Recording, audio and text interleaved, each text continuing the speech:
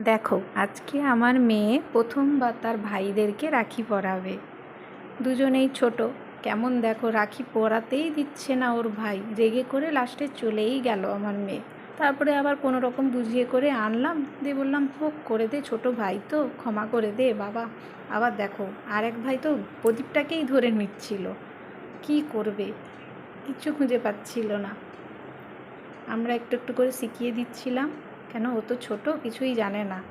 শিখিয়ে দিচ্ছি, কিন্তু শেখানোর টাইমটাই দিচ্ছে না ওর ভাইরা তো এত বদমাইশ, বসছেও না চুপটি করে।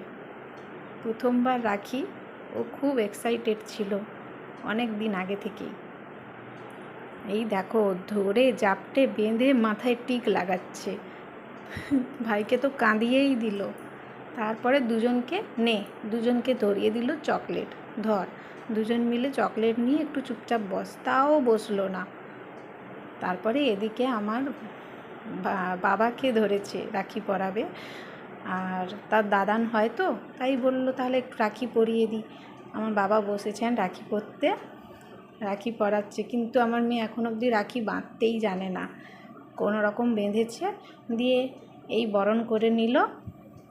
তারপরে মিষ্টি খাওয়াতে বলছি, মিষ্টি খাওয়াবে।